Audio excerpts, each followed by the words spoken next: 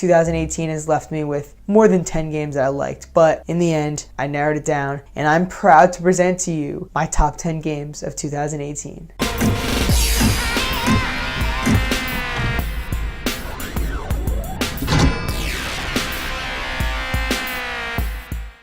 What's going on, guys? My name is Ryan Ramakrishnan. If you're new to the channel, I invite you to hit the subscribe button, and while you're there, ring the notification bell. There's a lot of fun content coming your way, and you're definitely going to want to stay up to date on all this because I've got a series going on right now. And if you are tuning in, you're seeing that this is number 8 out of a potential top 10 list that you will be watching on your own time. And you're going to want to check the description first of all if you've already missed number 10 and number 9, because there's a lot I have to say about some awesome games that I played in 2018. And then from there, stay tuned because this series will be going all the way down to number 1, which is ultimately my favorite game of 2018, my definitive game of the year. And then, of course, after this whole series is done, I'm hoping that we'll have a lot of conversation about your own lists and what you think about mine. After you watch 10 and 9 in the description, come back because it is time to talk about my number 8 game of 2018. Nothing means more to me than this game. I would kill for it, I would happily die for it. Arguably the most controversial placement of a game on a top 10 list is Red Dead Redemption 2 this far down. However, I would like to think that my feelings on Rockstar's behemoth are justified. And if you're willing to stick around, let me tell you, I am nothing short of blown away by Red Dead Redemption 2 and its technical prowess and presentation. The game's years of development are very obvious. Red Dead Redemption 2 looks and performs in better ways than most games that I've ever seen or played. The fact that they have included a cinematic mode alone shows how much care was put into the technicalities of the game. Ladies and gentlemen, this is a robbery. Sons of Dutch.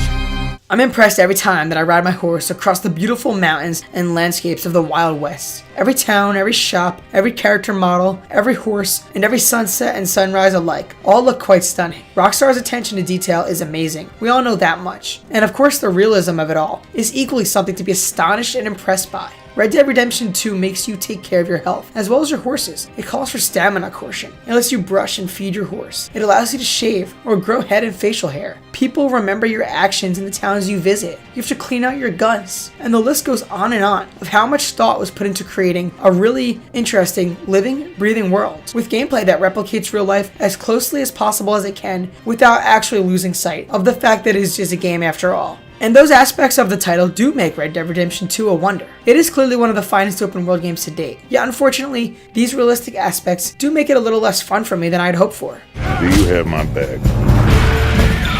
Always, Dutch. Grand Theft Auto 5 was a joy to play, and I'm not saying that Rockstar didn't give me a game that is really enjoyable to play as well in Red Dead Redemption 2. However, the methodical or just plain slow nature of gameplay make the game oftentimes feel tedious for me. Some will have no problem with it, I'm sure, especially given the fact that Red Dead Redemption 2 is number 1 for many folks on their list of favorite 2018 games. But I just could not help but be bothered, annoyed, or frustrated by the realism of its gameplay. While Rockstar deserves absolute praise for its systems-based gameplay, I do have to question why so far. I just felt a little stressed out by having to check on gun cleanliness, bathing and caring for my health and hair, as well as that of my horses. I hated that my horse could just die, especially after buying it and naming it my dog's name. Yes, this was personal. And keeping up on stamina meters, as well as always being in fear of expensive bounties, and the law ruining me in a split second, just because I wanted to have some fun and hogtie a pedestrian before shooting him in the face. It is a video game after all, so the realistic approach to systems make it a lot less more fun than I had hoped for. And I do hate to say it, but a lot of things in the game were just really stressful for me. But Red Dead Redemption 2 does undeniably have a really great story to tell. Whether it was a side quest or conversations with strangers across the nicely done map, or the actual story missions, the game never seemed to fail at being interesting with its writing and personality-driven characters. I don't want to kill all these folk, Dutch.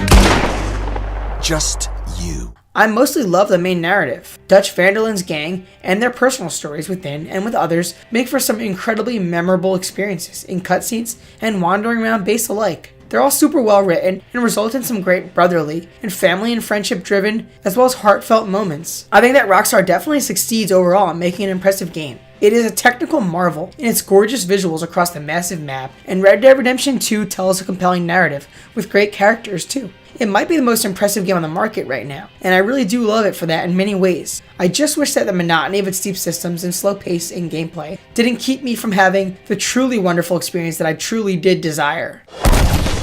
This world has its consolation. Ladies and gentlemen, that is it for now, but I have plenty of other videos coming your way, and you're definitely going to want to make sure that you are staying up to date by ringing the notification bell so you guys can check out the rest of the series as it is released and uploaded, because I'm super excited to talk about a lot more games. And whether you're watching from the very beginning where I start with number 10, or you're ready for the actual Game of the Year discussion with the number 1, I think that there's a lot of fun to be had in this discussion where I tell you about the games that I loved and respectfully give the developers their attention that they deserve, and talk about why you deserve to check them out if you have not already. And then of course the discussions that we get to spark in the comments below. So I'm hoping that you guys will leave me your own lists. I didn't get to play everything this year because it has been a busy year, and not just games but just in general, of course, so I don't get to play every game, but I'm really excited to see what you guys think in the comments below. So with that being said, I hope that you guys have enjoyed this video, and I hope that you guys are enjoying this series, and of course I hope that you're stoked to hear my Game of the Year and then let me know your own. So once more, thank you so much for watching. I hope you guys have enjoyed, and I'll see you all next time.